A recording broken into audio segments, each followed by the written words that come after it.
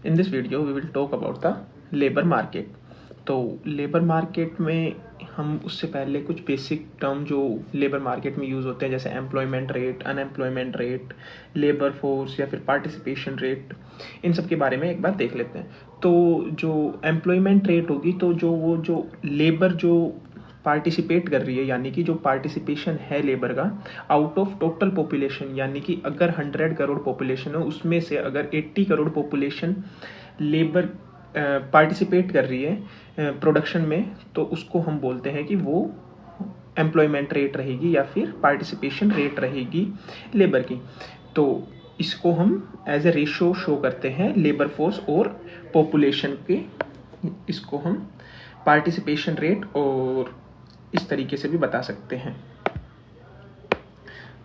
So this is participation rate, while the unemployment rate is the ratio of the unemployed people out of the labor force।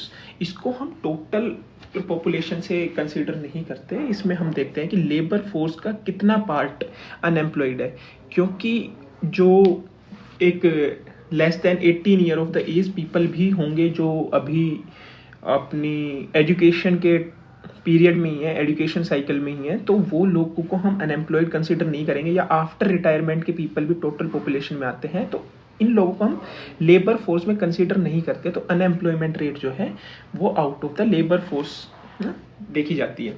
Now the labour force is the working और looking for the work. Now the discouraged labour, there is a part of the labour force which is discouraged, और यानी कि वो actively नहीं चाह रहे कि हम कोई जॉब के लिए ट्राई नहीं कर रहे या लुक नहीं कर रहे, लेकिन अगर उन्हें कोई जॉब ऑफर होती है तो वो उस जॉब के लिए जाएंगे, यानी उस जॉब के ऊपर वर्क करना प्रीफर करेंगे। तो जो ऐसे लोग होते हैं या जो ऐसा पार्ट होता है लेबर का, वो डिस्करेज लेबर में आता है और इनको लेबर फोर्स में इंक्लूड नहीं किया जाता। नाउ जो है अनएम्प्लॉयमेंट रेट, जो नॉन एम्प्लॉयमेंट रेट जो होती है, अनएम्प्लॉयमेंट रेट और नॉन एम्प्लॉयमेंट रेट में एक डिफरेंस आएगा, क्योंकि अनएम्प्लॉयमेंट रेट हम रेशियो शो करते हैं अनएम्प्लॉयड और लेबर फोर्स का। लेबर फोर्स और अनएम्प्लॉयड पीपल का हम रेशियो शो करेंगे, तो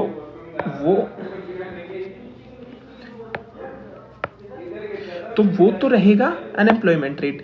लेकिन जब हम नॉन एम्प्लॉयमेंट रेट की बात करते हैं, तो जो टोटल पॉपुलेशन में से जब हम एम्प्लॉयमेंट को माइनस कर देंगे, सब्ट्रैक्ट कर देंगे, तो वो हमारा नॉन एम्प्लॉयमेंट रेट रहेगा।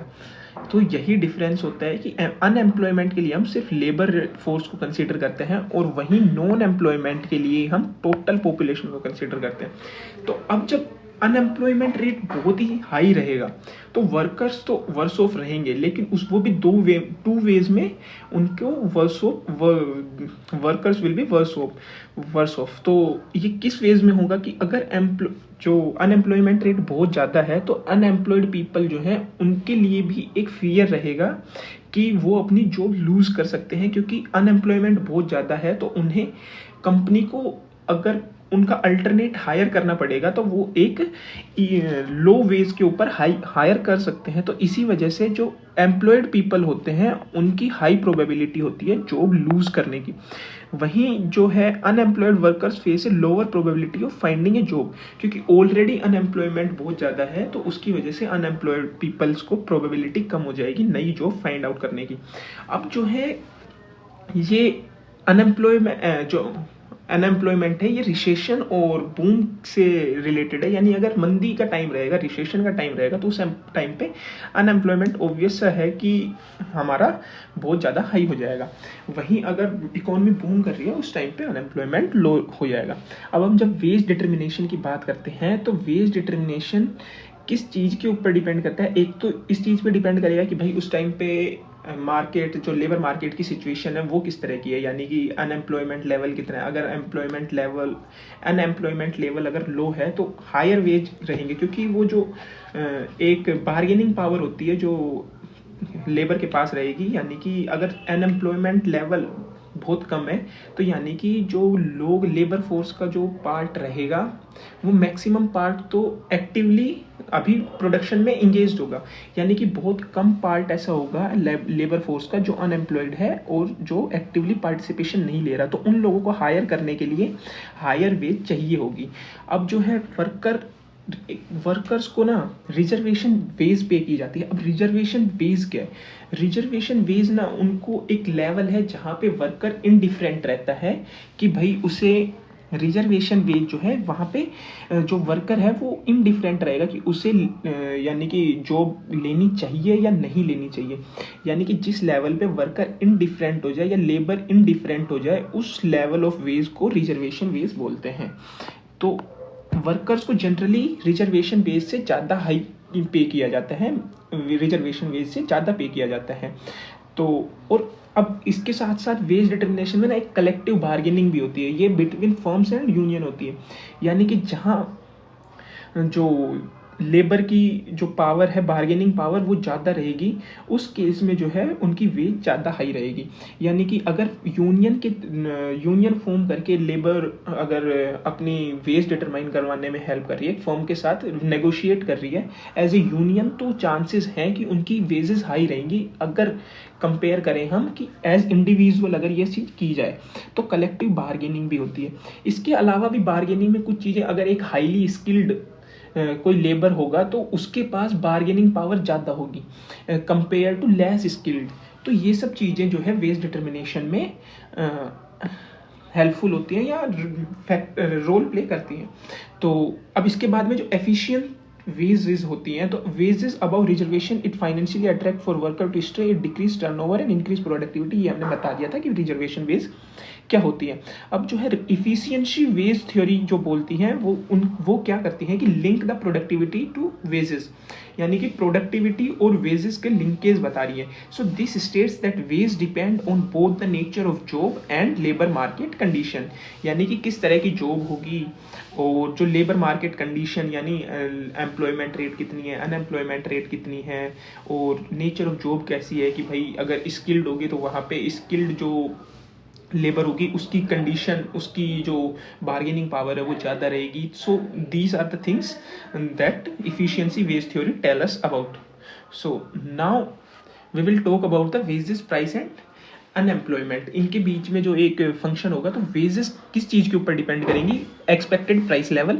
और जो अनएम्प्लॉयमेंट लेवल रहेगा, सो ये एक फंक्शन हो गया wage, W is equal to P E and function of the U and Z. तो यहाँ पे जो पी ई है ये एक्सपेक्टेड प्राइस लेवल है कि भाई प्राइस लेवल क्या एक्सपेक्टेशन रखते हैं। यू अनएम्प्लॉयमेंट रेट रहेगा और जेड कैचुअल वेरिएबल, यानी कि इसमें सारे अदर वेरिएबल जो वेज को इफेक्ट कर सकते हैं। यानी कि सपोज कि अनएम्प्लॉयमेंट बेनिफिट्स जो अगर देते हैं कि भाई जो बेरोजगारी भत्ता जिसको बोलते हैं, अगर वो ज़्यादा मिलेगा तो यानी कि जो लोग रहेंगे वो भी फिर ज़्यादा वेज डिमांड करेंगे, क्योंकि उन्हें वो इनडिफरेंट हो जाएंगे। अगर सपोज कि 10,000 अगर वेज रेट वो बेरोजगारी भत्ता मिल रहा है, तो अगर जो लेबर फोर्स रहेगी वो डिमांड करेगी कि उनकी वेजेस 10,000 से ज़्यादा रहे, क्योंकि अगर 10,000 से कम रहेगी तो वो क्यों ही काम करेंगे, क्योंकि 10,000 तो उन्हें वैसे ही बैठे बैठे ही मिल रहे हैं बिना कुछ लेबर वर्क किए हुए, तो वो इनडिफरेंट रहेंगे। तो इसीलिए जो है जो वेरिएबल्स है ये वेजेस हाई कर देंगे। तो इस तरीके से इम्पैक्ट डालते हैं। या फिर सपोज कि वर्कर इंश्योरेंस, कोई कंपनी अगर वर्क इनके इंश्योरेंस कर रही है, तो ये सब चीज़ें इफ़ेक्ट करती हैं। तो अब ये जो प्राइस, एक्सपेक्टेड प्राइस है, ये नॉमिनल वेज को इंक्रीज़ करेगा, यानी पॉजिटिव रिलेशन रहेगा, क्योंकि वेजेस को हम ना यहाँ पे नॉमिनल टर्म में ले रहे हैं। अगर हम वेज को यहाँ पे W/P होता तो वो रियल टर्म्स में होता, लेकिन अभी हमने सिर्फ W के फॉर्म में, यानी कि नॉमिनल के टर्म्स में लिया हुआ है। तो यहाँ पे जो है अभी ये जो वेजेस हैं ये एक्सपेक्टेड प्राइस के ऊपर डिपेंड करेंगी। अनएम्प्लॉयमेंट रेट जो है वो नेगेटिवली इफेक्ट करेगा वेजेस को। अगर ज़्यादा अनएम्प्लॉयमेंट लेवल रहेगा, अनएम्प्लॉयमेंट रेट रहेगी, तो जो है वेजेस कम होंगी। इसके अलावा अदर फैक्टर्स जो है वो पॉजिटिवली इम्पैक्ट करेंगे, जो हमने बताया था कि भाई ये अनएम्प्लॉयमेंट बेनिफिट हो गया, या फिर और भी जो वेरिएबल्स हैं, यानी कि सपोज कि इसको हम बोल सकते हैं वर्कर्स के लिए इंश्योरेंस हो गया, तो वो एक तरीके से वेज तो इंक्रीज कर ही दे रहे हैं ना, जो पे कर रही है फर्म। तो अब हम प्राइस डिटर्मिनेशन की जब बात करते हैं, तो प्राइस किस चीज़ के ऊपर डिपेंड करेगा कि किसी भी गुड्स के प्रोडक्शन में कितनी कॉस्ट हो रही है, और कॉस्ट डिपेंड करती है उसके प्रोडक्शन फंक्शन पे, यानी कि लेबर इंटेंसिव, कॉस्ट इंटेंसिव, किसको कितना पे किया जा रहा है, तो वो प्रोडक्शन फंक्शन के ऊपर डिपेंड करेगी उसकी कॉस्ट, और कॉस्ट के ऊपर प्राइस डिपेंड करेगा। अब जब हम प्रोडक्शन फंक्शन को लेके चलेंगे तो यहाँ पे हम कैपिटल को कंसीडर करने की जगह, यानी कैपिटल को हमने सेम रख लिया है और हम सिर्फ लेबर प्रोडक्टिविटी, लेबर के टर्म में इसको बात करेंगे। तो जब ये प्रोडक्शन फंक्शन हमारा बनेगा y is equal to A N, जहाँ पे ए लेबर प्रोडक्टिविटी होगी कि लेबर की प्रोडक्टिविटी क्या है, लेबर कितना प्रोडक्ट एक यूनिट को, एक एडिशनल लेबर कितनी प्रोडक्टिविटी हमें दे पाएगी। इसको हम यहाँ पे कांस्टेंट लेके चलेंगे या फिर 1 के इक्वल रखेंगे इसको हम सिंप्लीफाई करने के लिए, और एन जो है वो हमारा एम्प्लॉयमेंट लेवल रहेगा। अब जब हम इसको ए को 1 पुट कर लेंगे तो ये हमें जो है y इज इक्वल टू 1 मिलेगा, और ये हमें बताएगा भाई कि cost of producing 1 more unit of output is the cost of employing 1 more unit of labour. यानी कि एम्प्लॉयमेंट की जो, यानी कि लेबर की जो हम कॉस्ट आ रही है वही हमारा प्रोड्यूस करने की, एक आउटपुट प्रोड्यूस करने की कॉस्ट रहेगी। तो यहाँ से हम प्राइस को वेज के इक्वल हम फॉर परफेक्ट कंपटीशन की जब हम बात करेंगे तो यहाँ पे जब हमारी कॉस्ट और आउटपुट इक्वल हैं, यानी कि एम्प्लॉयमेंट, यानी कि जो हमारा जो आउटपुट है वो हमारी एम्प्लॉयमेंट कॉस्ट के इक्वल है, यानी कि हमारी लेबर कॉस्ट के इक्वल है, तो हमारा जो प्राइस होगा, प्राइस किस चीज़ के ऊपर डिपेंड करेगा कि प्रोडक्शन को, किसी भी गुड्स को प्रोड्यूस करने की कितनी कॉस्ट है। तो यहाँ पे जब कॉस्ट हमारी लेबर को हायर करने की कॉस्ट है, तो लेबर को हायर करने की कॉस्ट होती है उसकी वेज, तो प्राइस जो है हमारा हो जाएगा परफेक्ट कंपटीशन के लिए P is equal to wage rate. अब अगर हम नॉन कंपटीशन की बात करें तो इसमें जो है प्राइस जो है वो हायर चार्ज किया जाता है कॉस्ट से, तो इस वजह से जो P होगा वो होगा 1 प्लस म्यू ब्रैकेट वेज।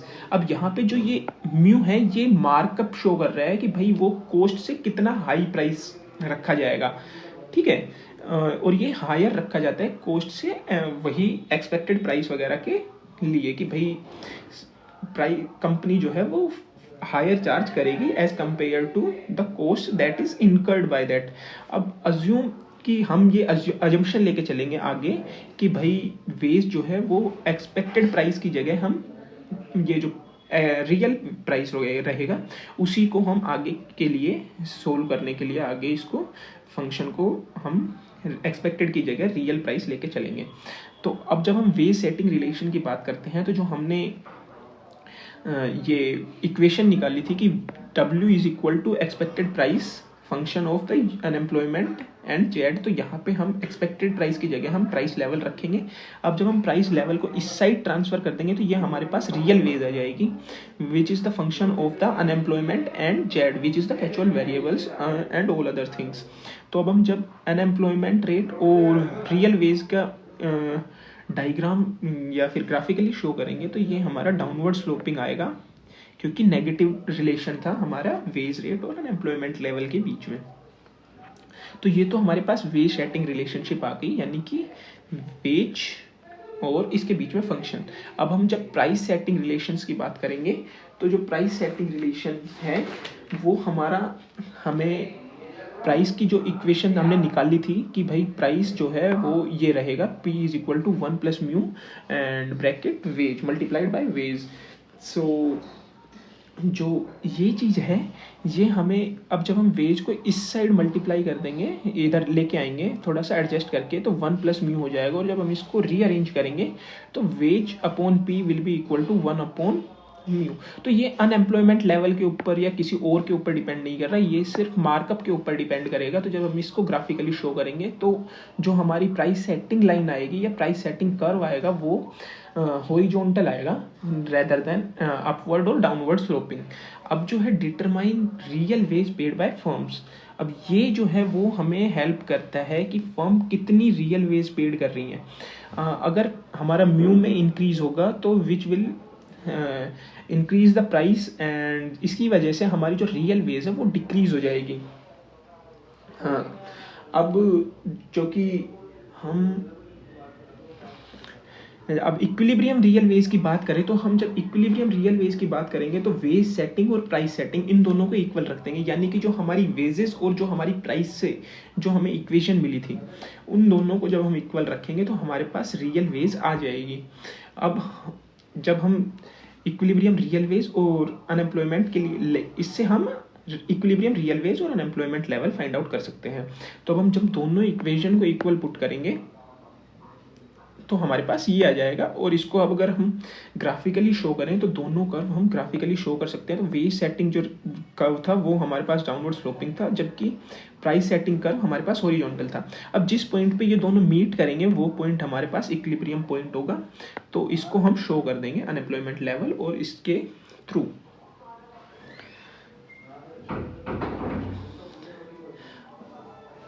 अब जो है इक्विलिब्रियम अनएम्प्लॉयमेंट रेट, इसको हम नेचुरल रेट ऑफ अनएम्प्लॉयमेंट भी बोलते हैं, इक्विलिब्रियम अनएम्प्लॉयमेंट रेट को, क्योंकि ये जो है हमें बता रहा है कि नेचुरली जो अनएम्प्लॉयमेंट रेट है वो इतनी रहनी चाहिए और जो मार्केट जिस लेवल पे इक्विलिब्रियम में आएगा वो वही नेचुरल रेट ऑफ अनएम्प्लॉयमेंट होगी। अब अगर इंक्रीज हो जाए अनएम्प्लॉयमेंट बेनिफिट में तो जो है हमारा वेज सेटिंग रिलेशन जो है वो अपवर्ड शिफ्ट होगा, क्योंकि जो अनएम्प्लॉयमेंट बेनिफिट है वो हमारा जेड के अंदर आता है और जेड पॉजिटिवली रिलेटेड होता है वेज सेटिंग रिलेशनशिप से। तो अब ये जो है हमारा वेज सेटिंग रिलेशनशिप को अपवर्ड शिफ्ट करेगा, तो या फिर आउटवर्ड या फिर हम राइट साइड में बोल सकते हैं। तो इसकी वजह से अब अगर ये हमारा राइट साइड शिफ्ट हो जाएगा तो जो अर्लियर वेज सेटिंग कर्व जो था वो यहाँ से शिफ्ट होके अब ये WS डैश हो जाएगा। तो जो हमारा अनएम्प्लॉयमेंट लेवल था वो UN से शिफ्ट होके UN डैश हो गया और प्राइस सेटिंग रिलेशनशिप सेम रहेगा। तो ये इफेक्ट होगा हमारा कि भाई अनएम्प्लॉयमेंट इंक्रीज हो जाएगा, क्योंकि हमारा जो है अनएम्प्लॉयमेंट बेनिफिट अगर हुआ है तो, क्योंकि लोग अपना हाई वेज के ऊपर एक जॉब को चूज करेंगे, वेज मतलब हाई वेजेस के लिए जाएंगे, क्योंकि अब उनके जो अनएम्प्लॉयमेंट बेनिफिट है वो इंक्रीज हो चुके हैं।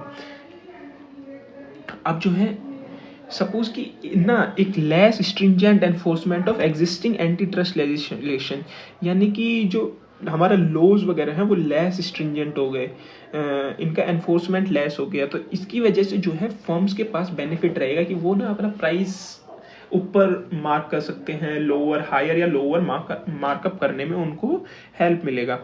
तो अब अगर जो है वो अपना प्राइस इंक्रीज कर देंगे, तो अगर प्राइस अगर वो इंक्रीज कर देंगे तो उसकी वजह से जो रियल वेजेस हैं वो डाउन हो जाएंगे, क्योंकि जो लेजिस्लेशन है वो वीक हो गया है, यानी कि वो लेस स्ट्रिंजेंट है। अब यानी फर्म्स के पास पावर है, तो अगर वो अपना प्राइस ज़्यादा हाई करेंगे तो मार्कअप की वैल्यू इंक्रीज हो जाएगी, जिसकी वजह से प्राइस हमारा इंक्रीज हो जाएगा। अब अगर प्राइस इंक्रीज होगा तो उसकी वजह से जो रियल वेजेस हैं वो डाउन हो जाएंगी, यानी कि जो प्राइस सेटिंग कर्व हमारा है वो अर्लियर इस लेवल पे था PS, अब वो यहाँ से शिफ्ट होके इस लेवल पे आ जाएगा।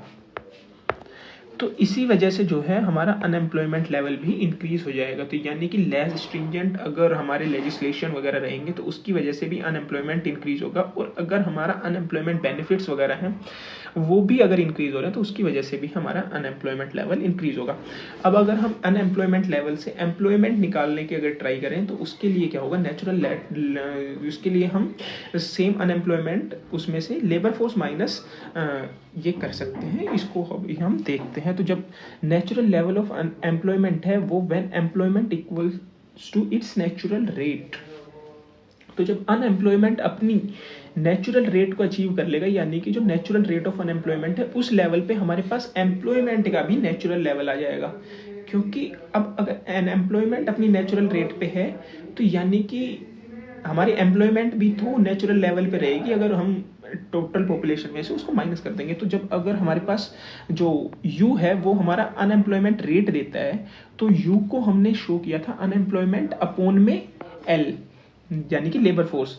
अब जो है अनएम्प्लॉयमेंट क्या होगा, लेबर में से जो अनएम्प्लॉयड पीपल है, यानी कि इसको हम इस तरीके से तो लिख सकते हैं, अनएम्प्लॉयड पीपल कौन होंगे, लेबर फोर्स में से जो एम्प्लॉय हैं उनको अगर सब्ट्रैक्ट कर दिया जाए तो हमारे पास अनएम्प्लॉयड पीपल का नंबर आ जाएगा। तो इसीलिए हम इसको L माइनस N भी शो कर सकते हैं। तो यहाँ पे हमने इसको इस तरीके से शो कर दिया। अब जब हम एल को अगर हम इसको डिवाइड करेंगे तो एल अपॉन एल 1 हो जाएगा, और तो ये यहाँ पे 1 माइनस एन बाई एल हो गया। अब जो है इसको हम रीअरेंज करेंगे अगर इस इक्वेशन को, तो ये हमारे पास कुछ इस तरीके से आ जाएगी, N minus L is equal to 1 minus U. अब अगर हम इसको इस तरीके से करते हैं तो कुछ इस तरीके से हमारे पास रीअरेंज करने पे ये इक्वेशन आ जाएगी।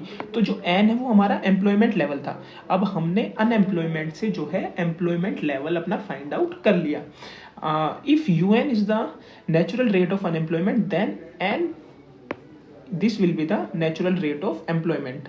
सो ये हमने अनएम्प्लॉयमेंट से एम्प्लॉयमेंट लेवल फाइंड आउट कर दिया। अब हम एम्प्लॉयमेंट से आउटपुट लेवल फाइंड आउट अगर करें तो natural level of output when employment is equal to natural rate of employment. अगर एम्प्लॉयमेंट अपने नेचुरल रेट पे है, यानी कि उस टाइम पे जो आउटपुट प्रोड्यूस किया जाएगा वो ही हमारा नेचुरल लेवल रहेगा आउटपुट का।